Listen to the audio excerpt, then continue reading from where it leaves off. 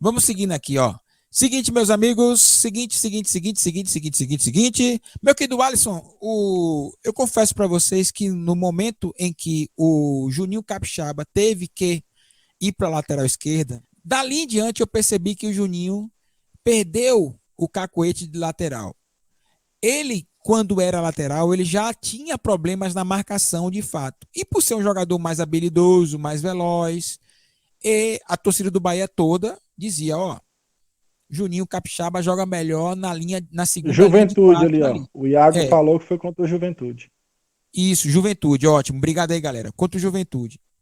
Quando ele foi para a lateral esquerda fazer essa substituição e ajudar a equipe, já que ele era lateral esquerdo, eu percebi que ele perdeu o time já de lateral esquerdo. Perdeu o time. E ontem, mais ainda.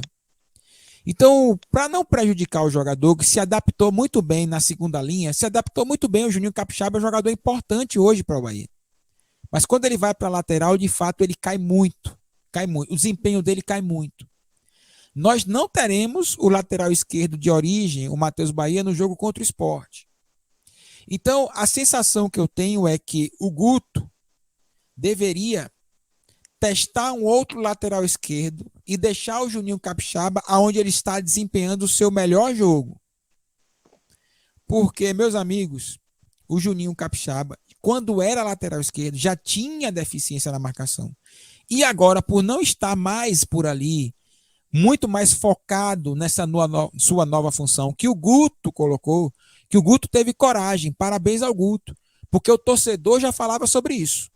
O torcedor do Bahia já falava, ó, o Juninho Capixaba vai render melhor na segunda linha do meio de campo, ali mais no ataque, jogando mais aberto. O Guto chegou e foi lá e pá, bancou. O Juninho desenvolveu melhor. Quando ele vem para a lateral, como lateral, tá bom? Porque ajudar o lateral, ele ajuda. Ajudar ali na primeira marcação, no primeiro bate, ele já ajuda. Muitas vezes ele se posiciona até como lateral. O Matheus Bahia fecha o corredor e ele fecha o ponteiro.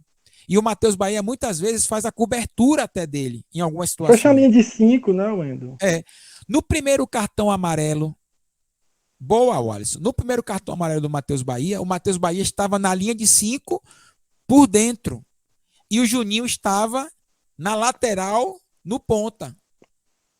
E aí houve uma triangulação deles, o cara driblou o Matheus fez falta.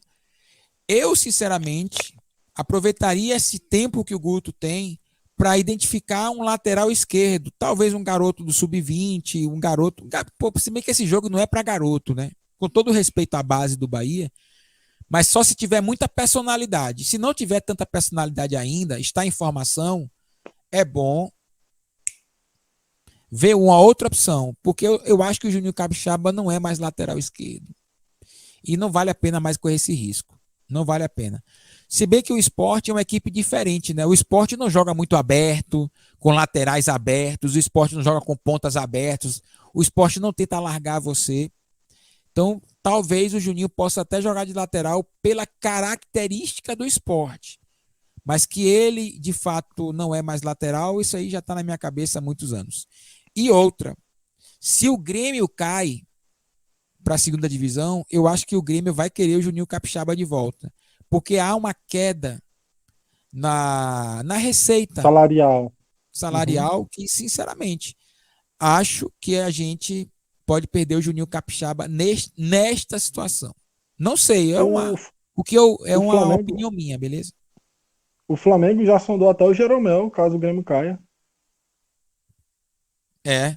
O meu querido Pedro Augusto Vivas aqui, ó, hoje o correto seria testar o Mike na esquerda, que, por sinal, era o titular de transição com dado e não entrou no profissional ano passado, porque foi emprestado ao Juventus. Obrigado, meu querido Pedro Augusto Vivas, aqui com a gente. Mike já está em O- tempo de ter oportunidade, ele só vai se preocupar em defender. Esta pauta é boa. Esta pauta é boa, porque eu, sinceramente, estou convencido de que Juninho Capixaba não atua bem na última linha de quatro. Não atua bem na Mas última linha de quatro. o ponto principal dessa pauta, Wendel, é tipo assim, o Mike só vai se preocupar em defender. Primeira pergunta, ele sabe defender? Porque o Juninho, nós sabemos que o Juninho nunca foi um defensor. Ele foi um ala. se destacou no Corinthians pelo setor ofensivo, se destacou no Grêmio quando teve em alta pelo setor ofensivo, e quando ele jogou no Bahia, todo mundo no chat já falou aí. Eu não confio dele defendendo. E ele não tem a obrigação de atacar quando ele está de lateral esquerdo. A obrigação principal dele é defender, correto? E mesmo assim ele falha. Então a pergunta principal hoje em relação ao Mike, eu não acompanho a base do Bahia, me perdoem, né? Mas a pergunta principal é essa. O Mike sabe defender? Entendeu? E aí eu trago uma associação para o Ceará sem querer mudar o ponto. Eu sei que se Bruno Pacheco e o Kelvin se machucarem, eu sei que eu tenho o Alessandro, que é um lateral esquerdo de 1,86 m, que ele sabe marcar e ele sabe atacar. É muito afoito. Mas essa é a pergunta. Quem é o Mike? Quem é o Mike? Quais são as características do Mike? Entendeu? Para que ele possa ser inserido dentro desse jogo, primeira coisa que ele precisa é o quê? Saber marcar. Tem uma característica parecida com a do Matheus Bahia. Porque aí, se ele tem uma característica do Matheus Bahia, ele vai se complementar com o Juninho. O Juninho faz o papel de besta, que é acompanhar e ser driblado, e ele faz a cobertura e pega a bola, como o Matheus Bahia vem reinando ali do lado esquerdo. A parceria dos dois a parceria vem dando certo dos dois justamente por isso. Entendeu? E por uma questão também que até eu acho que podemos dizer que tanto o ataque, tanto o lado direito como o lado esquerdo se complementam do Bahia. Porque o Nino Paraíba ele ataca muito bem e o Rossi, quando joga pelo lado direito, ele defende muito bem. Então essa troca de funções acontece de forma natural e com a qualidade boa. Por quê? Porque o Búfalo Rossi ele tem essa característica de atacar com qualidade, com força, mas ele tem um poder de recuperação e de marcação e ele gosta de fazer isso. Da mesma forma do Juninho. Ele tem vigor, ele tem velocidade, ele não sabe marcar, assim como o Rossi não sabe marcar, mas tem essa disposição de trocar de posição com o Matheus Bahia. Então, se o time do Guto, não sei se você vai lembrar, o Wendel, que eu falava que o problema do time do Guto defensivo era a recomposição de Lima pelo lado direito e Mendonça pelo lado esquerdo. Coisa que o Bahia faz muito bem como é o nome do garoto da base que vem jogando pelo lado direito, que eu esqueci o nome dele? Do Bahia? Que é muito bom. Do lado direito eu não gosto não, Renan Guedes. Não, o ponta direita, que tá no lugar do Rossi. O Que Borel, até... o Borel. Douglas Borel. Não, o que jogou agora. Esquerdo ou direito? Direito, que foi até substituído pelo Rossi. É o Raí. É o Raí. O Raí, esse mesmo. É porque você falou lateral.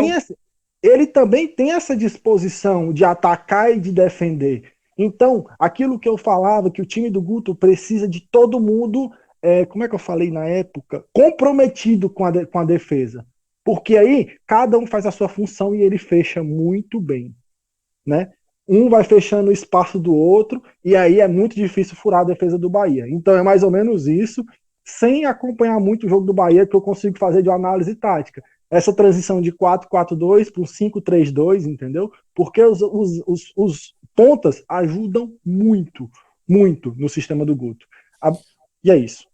Mike, obrigado, Pedro. Pedro Augusto Vivas, obrigado, Pedrão. Pedro me sinalizou também que o Matheus Bahia não foi expulso. Ele levou o terceiro cartão amarelo no jogo contra o Ceará.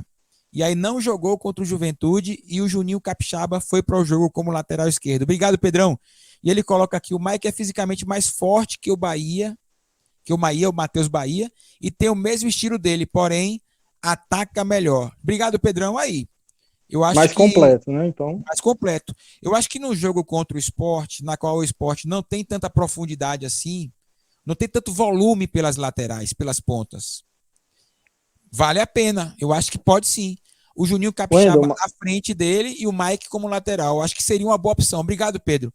Mas lembrando, porque o Sport tem uma característica diferente. O Sport tem uma outra característica.